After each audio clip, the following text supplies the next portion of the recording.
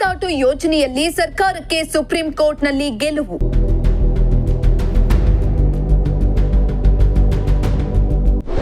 ಶಾಸಕ ಕೆಎಂ ಶಿವಲಿಂಗೇಗೌಡ ನೇತೃತ್ವದಲ್ಲಿ ಪಟಾಕಿ ಸಿಡಿಸಿ ಸಂಭ್ರಮ.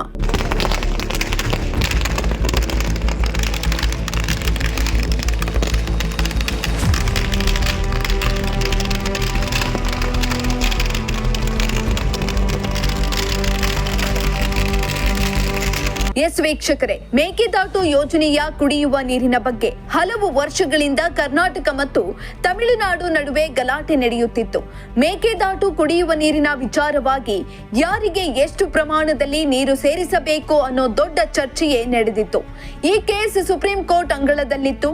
ತಮಿಳುನಾಡಿಗೆ ಹೆಚ್ಚುವರಿ ಟಿಎಂಸಿ ನೀರು ಮೇಕೆದಾಟಿನಿಂದ ಬಿಡುವ ವಿಚಾರಕ್ಕಾಗಿ ಸುಪ್ರೀಂ ಕೋರ್ಟ್ನಲ್ಲಿ ವಿಚಾರಣೆ ನಡೆಯುತ್ತಿತ್ತು. ಇದೀಗ ಸುಪ್ರೀಂ ಕೋರ್ಟ್ ರಾಜ್ಯದ ಪರ ತೀರ್ಪು ಪ್ರಕಟಿಸಿದ್ದು ರಾಜ್ಯಕ್ಕೆ ದೊಡ್ಡ ಗೆಲುವು ಸಿಕ್ಕಿದ್ದು ರಾಜ್ಯದೆಲ್ಲೆಡೆ ಸಂಭ್ರಮ ಮನೆ ಮಾಡಿದೆ. ಇತ್ತ ಅರಸೀಕೆರೆಯಲ್ಲಿ ಶಾಸಕ ಶಿವಲಿಂಗೇಗೌಡ ನೇತೃತ್ವದಲ್ಲಿ ಪಟಾಕಿ ಸಿಡಿಸಿ ಸಿಹಿ ಹಂಚಿ ಸಂಭ್ರಮಿಸಿದ್ರು.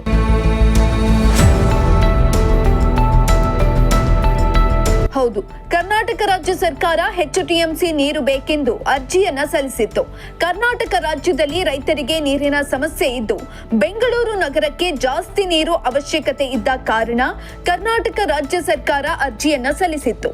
ಈ ಅರ್ಜಿಯನ್ನು ಬ್ಲಾಕ್ ಸುಪ್ರೀಂ ಕೋರ್ಟ್ ನ್ಯಾಯಾಧೀಶರು ಪರಿಗಣಿಸಿ ಕರ್ನಾಟಕ ರಾಜ್ಯ ಸರ್ಕಾರದ ಪರ ತೀರ್ಪು ನೀಡಿದೆ. ಈ ತೀರ್ಪನ್ನು ಸ್ವಾಗತಿಸಿ ಅರಸೀಕೆರೆ ಕ್ಷೇತ್ರದ ಶಾಸಕ ಕೆಎಂ ಶಿವಲಿಂಗೇಗೌಡರು ಪಿಪಿ ವೃತ್ತದಲ್ಲಿ ಕಾಂಗ್ರೆಸ್ ಪಕ್ಷದ ಧ್ವಜ ಹಿಡಿದು ಮುಖಂಡರು ಹಾಗೂ ಕಾರ್ಯಕರ್ತರೊಂದಿಗೆ ಪಟಾಕಿ ಸಿಡಿಸುವ ಮೂಲಕ ಸಂಭ್ರಮಾಚರಣೆ ಮಾಡಿದ್ರು.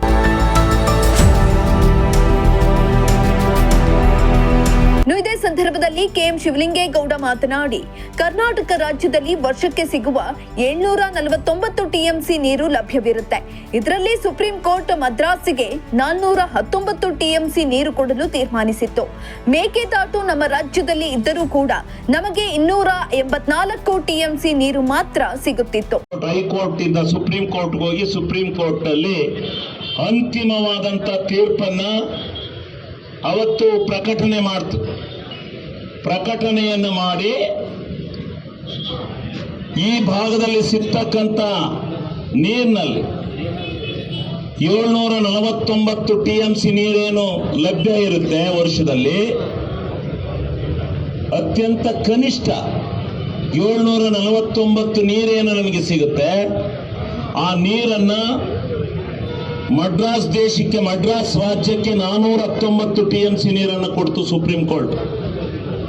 ನಮಗೆ ನಮ್ಮ ರಾಜ್ಯದಲ್ಲಿ ಹುಟ್ಟಿದ್ರೂ ಕೂಡ ಕಾವೇರಿ ನದಿ ಎಲ್ಲ ನದಿಗಳು ನಮ್ಮಂದಲೇ ಹರಿದ್ರೂ ಕೂಡ ನಮಗೆ ಕೇವಲ 289 ಟಿಎಂಸಿ ನೀರನ್ನು ಮಾತ್ರ ಸುಪ್ರೀಂ ಕೋರ್ಟ್ ನಮಗೆ ಕೊಡ್ತು. ಆ ಕೊಟ್ಟಂತಹದ್ದು ಕೇರಳಕ್ಕೆ ಬರೀ 36 ಟಿಎಂಸಿಯನ್ನು ಕೊಡ್ತು. ಇಷ್ಟು ನೀರನ್ನು ಕೊಟ್ಟದನ್ನು ಸಹ ನಾವು ಅವತ್ತು ಗಲಾಟೆ ಮಾಡಲಿಲ್ಲ. ಸ್ವಾಗತಾರ್ಹವಾಗಿ ಸ್ವಾಗತವನ್ನು ಸ್ವೀಕಾರ ಮಾಡಿ ನಮಗೆ ಕೊಟ್ಟಿರ್ತಕ್ಕಂಥ 284 ಟಿಎಂಸಿ ನೀರನ್ನ ಸದುಪಯೋಗ ಪಡಿಸ್ಕೋಬೇಕು ಅಂತಕ್ಕಂಥ ದೃಷ್ಟಿಯಿಂದ ಪ್ರಾಮಾಣಿಕವಾದಂಥ ಹೋರಾಟವನ್ನು ಮಾಡಿ ಅನೇಕ ಯೋಜನೆಗಳನ್ನು ನಾವು ನಿರ್ಮಾಣ ಮಾಡಿಕೊಂಡು ಆ ನೀರನ್ನು ಸಂಪೂರ್ಣವಾಗಿ ಉಪಯೋಗಿಸ್ಕೊಳ್ತಕ್ಕಂಥ ಕೆಲಸವನ್ನ ನಾವು ಮಾಡಿಕೊಂಡು. ಆದರೆ ಹೆಚ್ಚುವರಿ ಮಳೆ ಆಗುವ ಸಂದರ್ಭದಲ್ಲಿ ಹೆಚ್ಚುವರಿ ನೀರು ಡ್ಯಾಂಗಳಿಗೆ ಶೇಖರಣೆಯಾಗುತ್ತಿತ್ತು. ಬೆಂಗಳೂರು ನಗರಕ್ಕೆ ಹೆಚ್ಚು ನೀರು ಬೇಕಾಗಿರುವ ಕಾರಣ ಹೆಚ್ಚು ಟಿಎಂಸಿ ನೀರು ಬೇಕೆಂದು ಸುಪ್ರೀಂ ಕೋರ್ಟ್ಗೆ ಅರ್ಜಿ ಸಲ್ಲಿಸಲಾಗಿತ್ತು. ಈ ಅರ್ಜಿಯನ್ನ ಸುಪ್ರೀಂ ಕೋರ್ಟ್ ನ್ಯಾಯಾಧೀಶರು ಪರಿಶೀಲಿಸಿ ಕರ್ನಾಟಕ ರಾಜ್ಯ ಸರ್ಕಾರದ ಪರ ತೀರ್ಪು ನೀಡಿದ್ದಾರೆ. ತೀರ್ಪನ್ನ ಸ್ವಾಗತಿಸಿ ಶಾಸಕರಾದ ಕೆಎಂ ಶಿವಲಿಂಗೇಗೌಡ ಹಾಗೂ ಅವರ ಕಾರ್ಯಕರ್ತರು ಸ್ವಾಗತಿಸಿದ್ರು.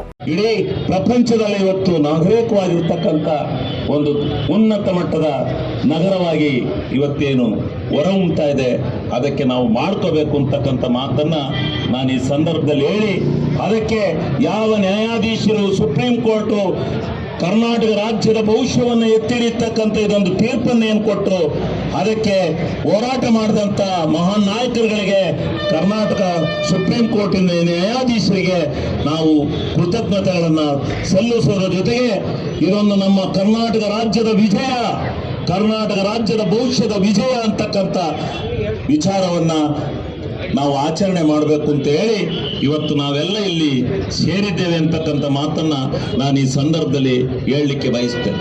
ಅದರ ಜೊತೆಗೆ ನೀರಾವರಿ, ಈ ದೇಶದಲ್ಲಿ ನೀರಾವರಿ ಆಗದಲೇ ಯಾವುದೇ ಕಾರಣದಿಂದ ದೇಶ ಉನ್ನತೀಕರಣ ಆಗಲಿಕ್ಕೆ ಸಾಧ್ಯ ಇಲ್ಲ. ಇವತ್ತು ಕಳಸಾ ಬಂಡೂರಿಗೋಸ್ಕರ ಎಷ್ಟು ಹೋರಾಟವನ್ನು ಮಾಡಿದ್ರು, ಇವತ್ತು ಕೇಂದ್ರ ಸರ್ಕಾರ ಅನುಮತಿಯನ್ನು ಕೊಟ್ಟಿಲ್ಲ. ಉತ್ತರ ಕರ್ನಾಟಕದ ಭಾಗ ಏನಾಗಿ ಆರ್ಥಿಕವಾಗಿ ಹಿನ್ನಡೆಯನ್ನು ಅನುಭವಿಸಿದೆ. ಇನ್ನು ಇದೇ ಸಂದರ್ಭದಲ್ಲಿ ಮುಖಂಡರುಗಳಾದ ಬಿಳಿ ಚೌಡಯ್ಯ, ಎಂ ಸಮೀಉಲ್ಲಾ, ಬ್ಲಾಕ್ ಕಾಂಗ್ರೆಸ್ ಅಧ್ಯಕ್ಷರಾದ ಮೆಟ್ರೋ ಬಾಬು, ವೆಂಕಟಮಣಿ, ಧರ್ಮಶೇಖರ್, ಪೃಥ್ವಿ, ಅಜ್ಮತ್, ದರ್ಶನ್ ಹಾಗೂ ಕಾಂಗ್ರೆಸ್ ಕಾರ್ಯಕರ್ತರು, ಮುಖಂಡರುಗಳು ಹಾಜರಿದ್ದರು.